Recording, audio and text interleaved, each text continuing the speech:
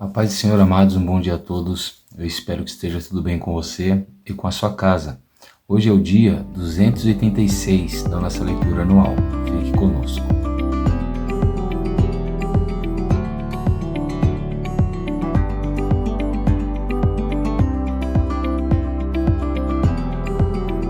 Bom, amados, nós estamos estudando o Evangelho de Marcos e a nossa porção diária de hoje vai se encontrar do capítulo 5 do Evangelho de Marcos até o capítulo de número 6. Se você puder, separe um tempo nesse dia, e faça essa leitura com atenção, faça marcações, anotações. Creio que Deus vai te trazer muito conhecimento que pode te abençoar. Amém?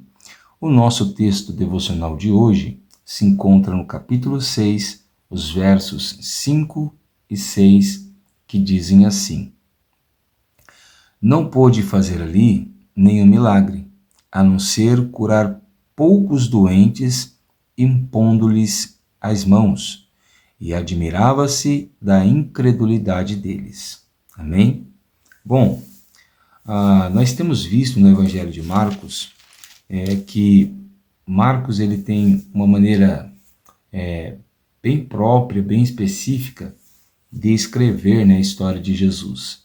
Mateus se preocupou muito em mostrar os ensinos e que as palavras e os acontecimentos da vida de Jesus eram o cumprimento dos profetas e da lei. Marcos, por sua vez, ele vai se preocupar em mostrar que Jesus é o Filho de Deus que veio para servir a humanidade. Tanto que nós estamos vendo uma multidão de curas, de milagres e providências registradas no Evangelho de Marcos. No capítulo 5, logo no início, como nós já tínhamos falado ontem, nós temos Jesus curando um endemoniado. Esse endemoniado era um genezareno, E o que aparece aqui é algo realmente inusitado. Para aqueles que nunca viram alguém possesso por um espírito demoníaco, essa pessoa geralmente ela ganha uma força sobrenatural ao ponto de várias pessoas, muitas das vezes, não conseguir segurar aquela pessoa. Ela também grita muito, se agita ao ponto de se machucar. Mas o que nós vemos nesse moço é algo fora do comum, E esse moço, ele vivia no meio de túmulos, em cemitérios, e ele gritava constantemente.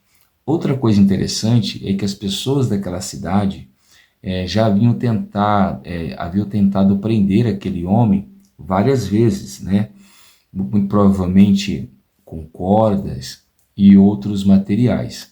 Mas chegou ao ponto de que nem as correntes pudessem deter aquele homem.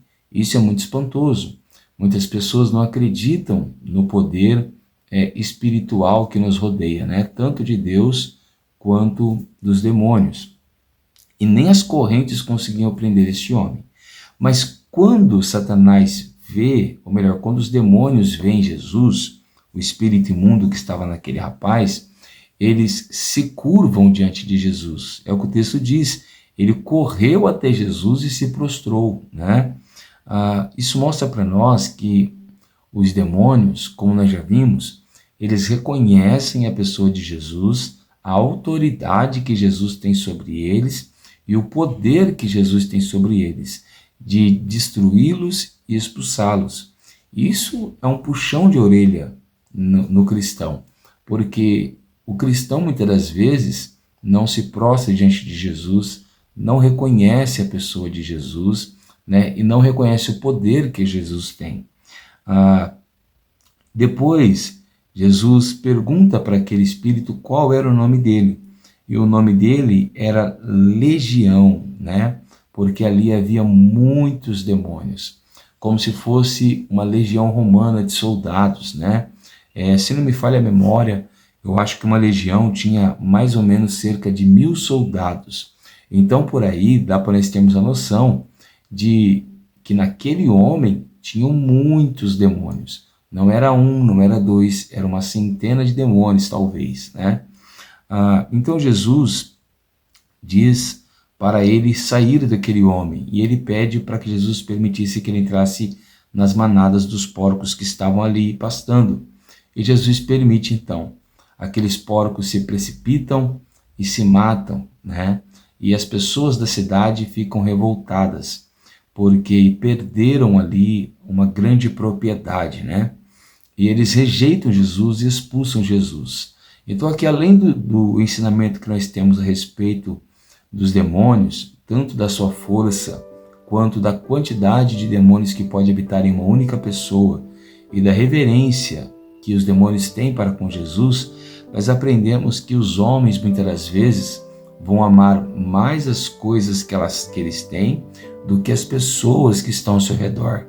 Muitas das vezes, os homens vão rejeitar Jesus por causa das suas propriedades, né?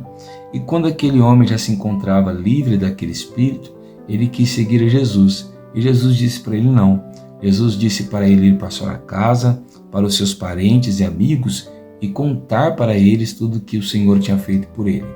Isso mostra para nós que nem todos serão pregadores do Evangelho, nem todos serão pastores, missionários, evangelistas, cantores, não. Muitas pessoas serão usadas num ambiente comum. O que é um ambiente comum, pastor? O ambiente comum é a nossa casa, o nosso trabalho, uma faculdade, uma escola. Muitas das vezes, tudo que Jesus espera de mim e de você é que nós testemunhemos dos milagres que Ele faz em nossa vida e no meio dessas pessoas, para que elas possam crer no seu nome. Logo em seguida, nós temos um novo milagre, uma nova cura. E a primeira é a da mulher do fluxo de sangue, que ela vai interromper, na verdade, a caminhada de Jesus até a casa de Jairo.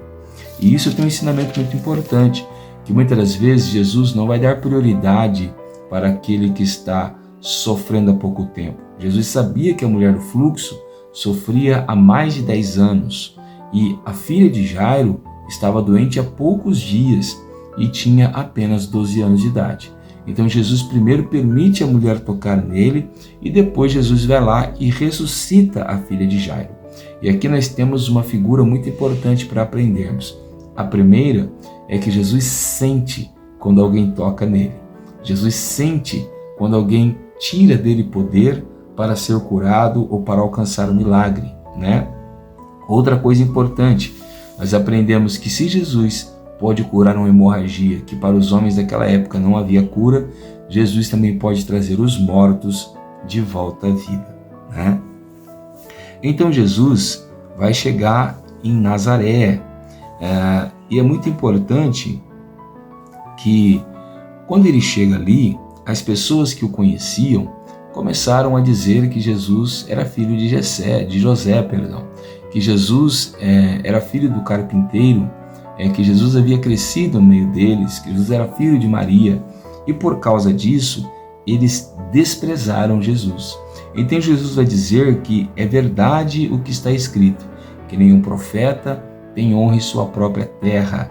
E Jesus, é interessante, e isso quero separar hoje como nosso devocional, Jesus não pôde fazer ali milagres grandiosos, né? Porque o texto diz que Jesus curou alguns doentes, mas Jesus não pôde fazer milagres grandes. A primeira coisa que vale a pena nós separarmos nesse texto é que Jesus deseja fazer coisas grandiosas. Compartilha isso com o teu companheiro, com alguém hoje, para que ele ouça isso. Jesus deseja fazer coisas grandiosas. O texto é claro. Jesus não pôde fazer ali nenhum milagre, a não ser curar uns poucos doentes. Então preste atenção que Jesus deseja fazer milagres em nossas vidas. Mas a incredulidade é um inimigo poderoso contra os milagres. Muitas das vezes nós sempre pensamos no diabo, o diabo está impedindo a obra de Deus. Outros dizem, não, as pessoas estão impedindo a obra de Deus. E alguns dizem ainda, o mundo está impedindo a obra de Deus. E eu digo, não, o diabo, o mundo e as pessoas não podem impedir a obra de Deus. Mas a minha falta de fé, a minha incredulidade pode impedir a obra de Deus. Então nós precisamos crer, mas crer com todo o coração, sem duvidar, para que Jesus possa realizar em nossas vidas grandes milagres, grandes obras e grandes feitos. Jesus ficou admirado. Lembre que Jesus ficou admirado com a fé do centurião. Jesus ficou admirado com a fé da mulher cananeia, cirofeniciana, né, melhor dizendo. Agora, olha que Jesus se admira com a incredulidade do povo de Nazaré. Então, a nossa incredulidade pode nos impedir de alcançar milagres grandiosos, certo? Depois, Jesus instrui os discípulos e envia eles para fazer a sua obra, né? E nós vamos aprender que a obra de Jesus é simples, é básica, e qualquer pessoa que busca a presença do Espírito Santo, que busca conhecimento bíblico e que ora, pode cumprir a obra de Jesus. E a primeira obra, está lá no verso 12, era pregar o evangelho do arrependimento. Nós já falamos sobre isso, né? Isso não é uma crítica, isso que nós estamos fazendo aqui não é falar mal, mas é ensinar a verdade. A maioria das igrejas hoje falam muito sobre prosperidade, falam muito sobre bem-estar, mas não falam sobre o arrependimento e a necessidade de mudança que o ser humano tem, né? Então, a pregação deles se baseava no arrependimento e no reino de Deus, como nós já vimos. Segundo, eles expulsavam os demônios. Algumas igrejas dizem que não existem mais possessão demoníaca, que nós não temos o poder para isso mais, mas é o que a Bíblia nos ensina, né? Então nós precisamos crer no que a Bíblia diz e aplicarmos. A terceira obra, curar os enfermos. Se a Bíblia nos estimula a crer no milagre, a crer na cura, então nós devemos orar para que o milagre e a cura aconteça. E muitas das vezes essas curas aconteciam através da unção com o óleo, né? O óleo em si não é o operador do milagre, mas é o método pelo qual Jesus nos ensinou a orar pelos enfermos. Amém? Depois nós temos o relato da morte de João Batista, né? E fica bem claro que Herodes pensava que Jesus era o João Batista ressuscitado. E nós aprendemos aqui que João Batista morreu por causa da denúncia de um pecado, né? Porque Herodes estava em adultério com a mulher do seu irmão e a mulher não aceitou essa mensagem, essa acusação de João, pedindo então a sua cabeça numa bandeja após a sua filha dançar para Herodes. Depois nós temos Jesus multiplicando pães e peixes, e essa é a primeira multiplicação, é aquela que nós temos 5 pães e 2 peixinhos, né? E o que é interessante é que a mesma coisa que é relatado em Mateus, também é relatado em Marcos. O quê? Que Jesus se compadeceu da multidão. Jesus olhou para essa multidão como se eles fossem ovelhas que não tinham pastor, ou seja, elas não tinham quem cuidasse delas.